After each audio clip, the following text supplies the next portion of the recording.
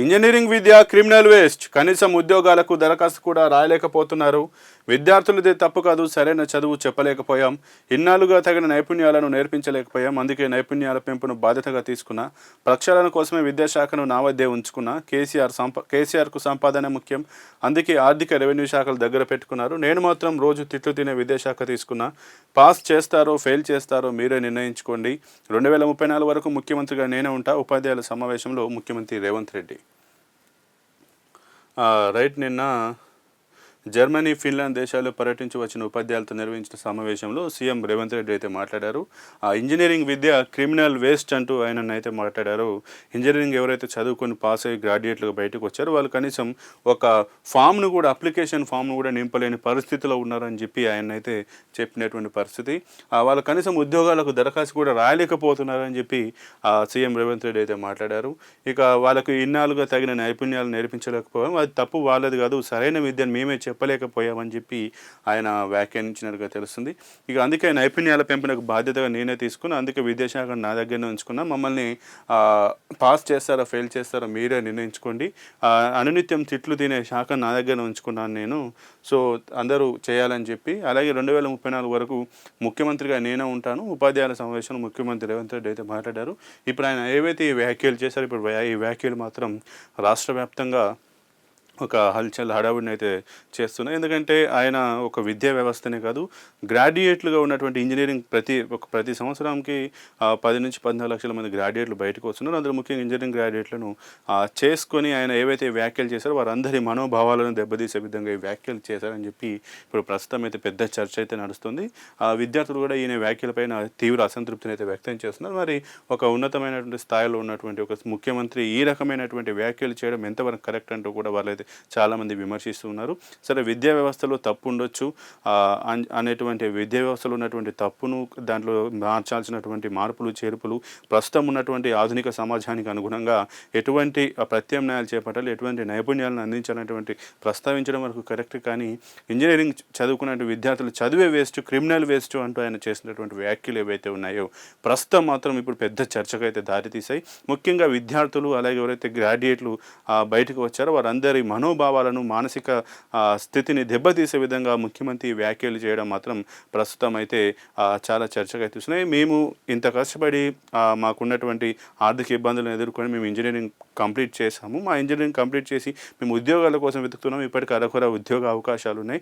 ఇప్పుడు ఒక సీఎం రేవంత్ రెడ్డి అనేటువంటి ఒక సీఎం స్థాయిలో ఉన్న వ్యక్తి ఇంజనీరింగ్ విద్య చదువుకున్న వాళ్ళందరూ వేస్ట్ అంటూ ఆయన ఏవైతే వ్యాఖ్యలు చేశారో ఈ వ్యాఖ్యలు విన్న తర్వాత ఇక్కడ చదువుకున్నటువంటి ఇంజనీరింగ్ గ్రాడ్యుయేట్ పూర్తి చేసినటువంటి ఇంజనీరింగ్ గ్రాడ్యుయేట్లకు ఎవరు ఉద్యోగాలు ఇస్తారు, వచ్చే ఉద్యోగ అవకాశాలు కూడా వెనక్కిపోయేటువంటి అవకాశం ఉంటుంది అని చెప్పి వాళ్ళైతే లబోదిబోం అంటున్నటువంటి పరిస్థితి. మరి ఒక సీఎం స్థాయిలో ఉన్నటువంటి వ్యక్తి ఈ రకమైనటువంటి వ్యాఖ్యలు చేయడం సరికాదు. సరే, లోపాలు ఉన్నప్పటికీ, ఎటువంటి తప్పులు ఉన్నప్పటికీ కూడా దాన్ని కప్పిపుచ్చి, లేదంటే దాన్ని బయటపడేసి మంచిగా సెట్ చేసేటువంటి ప్రయత్నం చేయాలి. కానీ ఈ రకంగా బహిరంగంగా ఒక సీఎం స్థాయి వ్యక్తి విద్యార్థులు ఎవరైతే వారి భవిష్యత్తును దెబ్బతీసేటువంటి వ్యాఖ్యలు చేయడం మాత్రం సరికాదు అంటూ కూడా చాలామంది విద్యార్థుల తల్లిదండ్రులు కావచ్చు, ఉద్యోగ గ్రాడ్యుయేట్లు కావచ్చు, అందరూ కూడా ముఖ్యంగా ఇంజనీరింగ్ గ్రాడ్యుయేట్లు అయితే తీవ్ర అసహనాన్ని, అసంతృప్తి చేస్తున్నటువంటి పరిస్థితి మనకు కనబడుతుంది. విశ్రాంత ఉద్యోగులకు మరో 2,000 కోట్లు కమ్యూటేషన్ బకాయిల చెల్లింపునకు వినియోగం, ముఖ్యమంత్రి ఆదేశాలతో విడుదల. తలసేమియా బాధితులకు పింఛన్లు, సికిల్ సెల్ ఎనీమియా రోగులకు 15 నుంచి పంపిణీ చేయాలి సీఎం. ఇక విశ్రాంత ఉద్యోగులకు మరో 2,000 కోట్లు కమ్యూటేషన్ బకాయిల చెల్లింపునకు సీఎం అయితే చెల్లింపునకు వినియోగించినట్టుగా సీఎం ఆదేశాలు జారీ చేశారు. నిధులు కూడా విడుదల కూడా అయినట్టుగా తెలుస్తుంది. అలాగే తలసేమియా బాధితులు ఎవరైతున్నారో వాళ్ళకు కూడా 15 నుంచి పింఛన్లు పంపిణీ చేయాలని సీఎం చెప్పినట్టుగా తెలుస్తుంది. హైడ్రా కమిషనర్ తొలగింపు ఆదేశాలు సబబే, మా సోదర జడ్జి ఇచ్చిన తీర్పును సమర్థిస్తున్నాం. కోర్టును తప్పుదోవ పట్టిస్తున్నారని పెద్ద నాయకులు అంటున్నారు. ప్రభుత్వ అధికారులు కోర్టును తప్పుదోవ పట్టించాలని ప్రయత్నిస్తున్నారు. High court single judge justice NV Shravan Kumar సంచలన వ్యాఖ్యలు. కార్యనిర్వాహక చర్యలను సమీక్షించినందుకు హైకోర్టుని నిందిస్తారా? ముఖ్యమంత్రి రేవంత్ రెడ్డి వ్యాఖ్యలపై పరోక్షంగా విమర్శ. ఓ కూల్చివేత కేసులో హైడ్రా తీరుపై తీవ్ర ఆగ్రహం. హైడ్రా కమిషనర్ ఏవి రంగనాథ్ను తొలగించి సరైన అధికారిని కమిషనర్గా నియమించాలంటూ high court single judge justice Jukanti Anil Kumar ఇటీవల ఇచ్చిన తీర్పును హైకోర్టు మరో judge justice NV Shravan Kumar సమర్థించారు.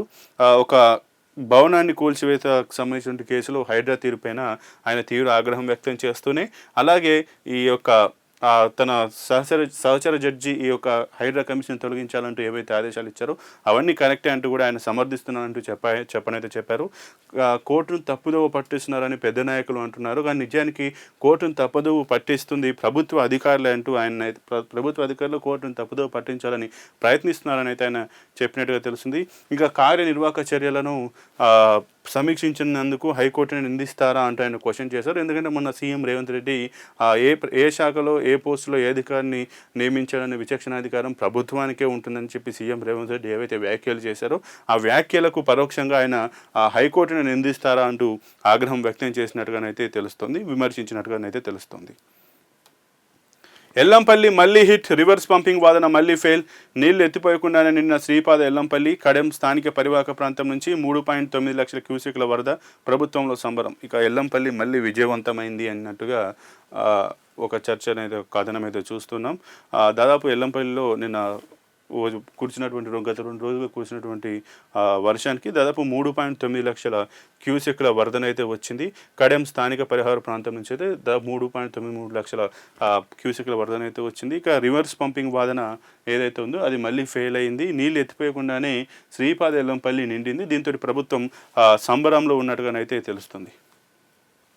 ఒడువని వాన, రాష్ట్ర వ్యాప్తంగా 2 రోజులుగా భారీ వర్షాలు, పొంగుతున్న వాగులు వంకలు, నిండుకుండల్లా చెరువులు, రిజర్వాయర్లోకి భారీగా వరద, ఎల్లంపల్లి 30 గేట్లు ఎత్తివేత, గోదావరిలో వరద ఉధృతి, భద్రాచలం వద్ద 29 అడుగులకు ఆల్మట్టి నిండడంతో కృష్ణానదిలోనూ మొదలైన వరద, గురువారం శ్రీశైలం వైపుగా 1,00,000 క్యూసెక్కుల ప్రవాహం, ఆనందంలో అన్నదాతలు, పొలం పనులు వేగవంతం, మరో 2 రోజులు భారీ వర్షాలు, వాతావరణ కేంద్రం.